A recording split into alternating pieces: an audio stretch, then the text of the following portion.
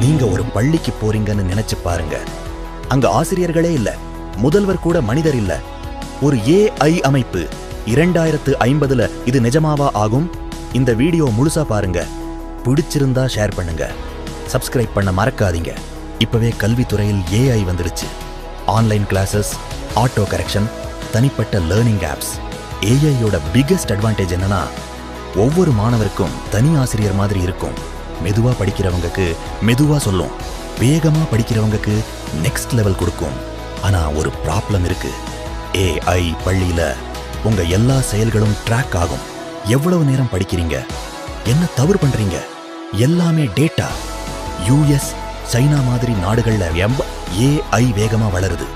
ஆனா வளர்ந்து வரும் நாடுகள்ல இன்னும் மனித ஆசிரியர்கள் தேவைப்படும்.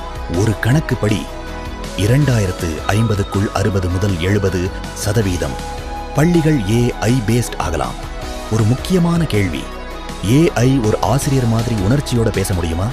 AI வந்தா தேர்வு முறை மாறும், மனப்பாடம் குறையும். அதனால ஃபியூச்சர்ல மாணவர்கள் எப்படி சிந்திக்கிறாங்கங்கிறதுதான் முக்கியம். யூஸ்ஃபுல்லா இருந்தா லைக், ஷேர், சப்ஸ்கிரைப் பண்ணுங்க. சோ 2050ல AI பள்ளிகள் வந்தாலும் மனித ஆசிரியர்கள் முழுசா மறைய மாட்டாங்க. பெஸ்ட் சிஸ்டம், AI பிளஸ் மனிதர் சேர்ந்து டெக்னாலஜி கற்றுக் கொடுக்கும். ஆனா மனிதன்தான் ஊக்கம் தருவான். ஒரு மாணவன் சோகமா இருந்தா அவனை மோட்டிவேட் பண்றது மனித ஆசிரியர்கள் தான். AIக்கு லாஜிக் ஸ்ட்ராங், ஆனா எமோஷன்ஸ் குறைவு.